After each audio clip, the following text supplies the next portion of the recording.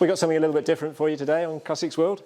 We love our old cars, as you know, but here's something really old.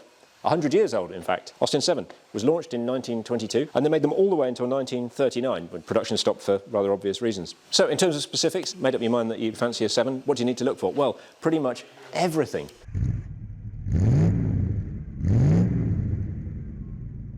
But first, our friends at Lancaster Insurance are running monthly giveaways. You can win all sorts, from experience days to tools, restaurant vouchers and tech. So click the link below at the end of the video to enter their latest competition.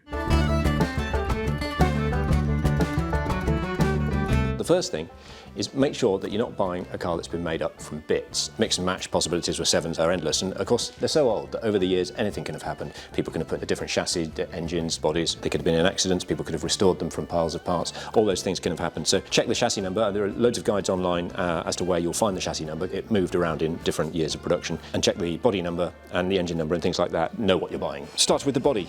They use a traditional construction, wooden frame with either aluminium, steel or fabric outer skin. And the main thing people suggest is that you look at the panels and you just squeeze the edges of the panels like the doors, and if you can feel that they're all squashy, the wood is probably rotten. You can buy a ready-made wooden frame, you can pay someone to do the job, but the beauty of these cars is they're so basic in their construction that if you're pretty handy, you can turn your hand to most things. You can probably restore a 7 at home. The chassis underneath, very simple chassis, basically an A-shaped chassis, steel. Just have a look underneath and rust is going to be obvious. It's so easy to see the chassis. You'll be able to see any repairs as well.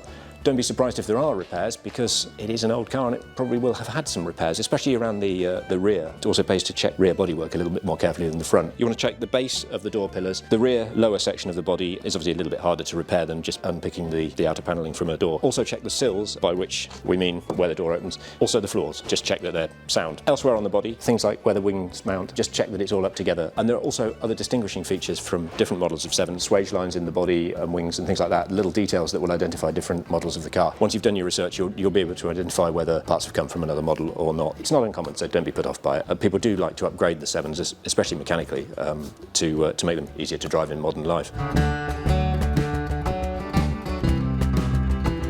All the 7s were a 747cc. You might find a lot of them registered incorrectly as 858cc, and it's all to do with when the DVLA was centralised in the mid-70s, and apparently the clerks confused the original 7 with the Mini 7. Quite where they got the 858cc from, we don't know, but it is incorrect. An awful lot of 7s are registered as 858cc, just ignore it.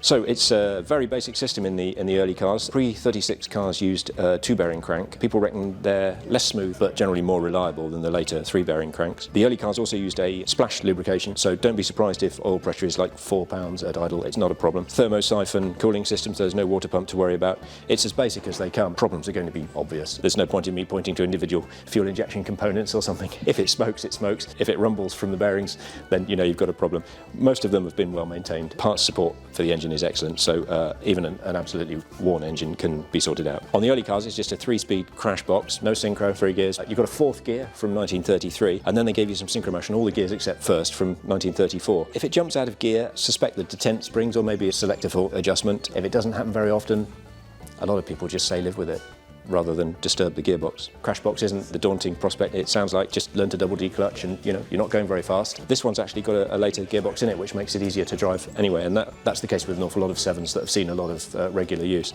And in truth, buying a car that's seen a lot of use is often the best thing to do.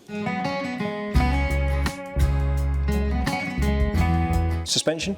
Well, it's pretty basic. Kingpins and trunnions that need greasing. You've got leaf springs, you've got a transverse leaf spring at the front. If the car doesn't sit level, suspect that the leaf springs have sagged. Not very difficult to fix, and the parts are all available.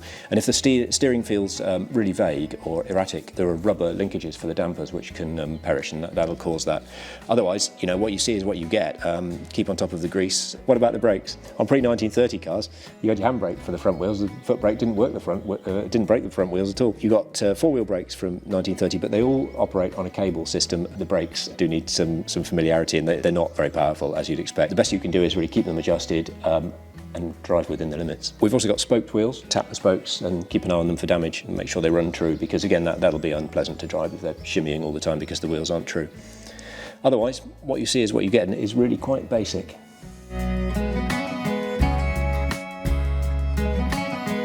On the inside, what do you need to look for? Well, again, everything and nothing. It's quite basic. On more project cars expect torn seat fabrics and rotting trims and everything, but you can buy pretty much everything for the 7 that you'd want to freshen up a tatty one. So there's no need to suffer a grotty interior. You can buy carpet sets, you can buy seat covers, and you can even buy the little pneumatic pump-up cushion supports, instruments and everything. With so much available, it can be quite a rewarding task to tidy up a tatty one. A good one to buy would be one that's mechanically sound, but maybe needs a retrim or something, and you can do it at home in the winter and just do it at your own pace. Of course, this one's a convertible, a tourer, so you've got to consider the condition of the fabric roof, but really, I mean, it makes an MG Midget roof look complex. Any problems are going to be obvious, and if you buy a new cover, you just drop it on. It's not a hard job. It's not like the multi-layer hood on a Golf. So, again, an easy task to do at home.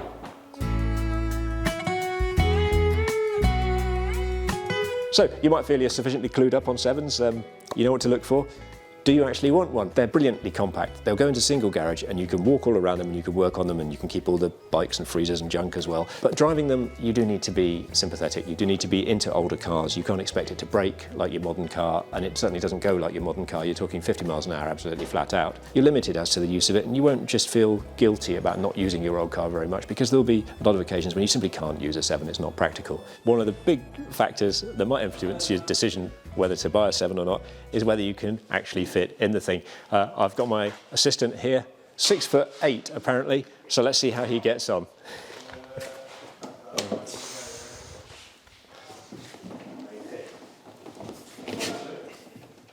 Can we shut the door?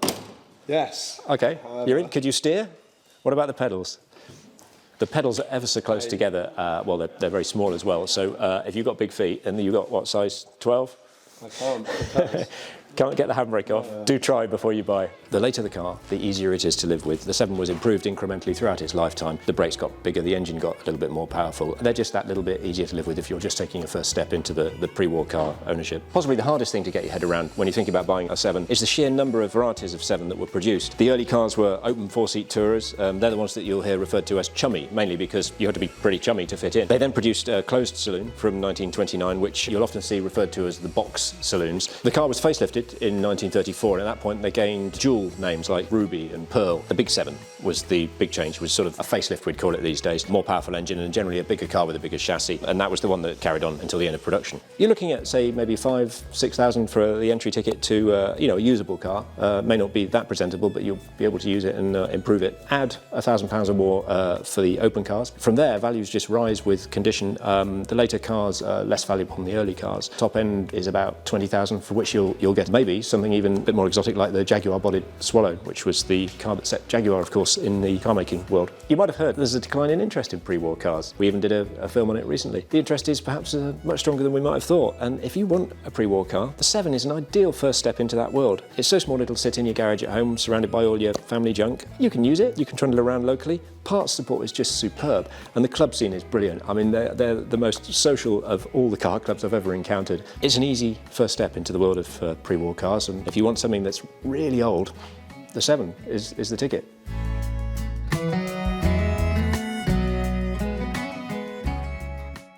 This video is proudly sponsored by Lancaster Insurance. Give them a call on 01480 400 889 for an insurance quote on your classic car. And don't forget to click the link below to enter their latest competition.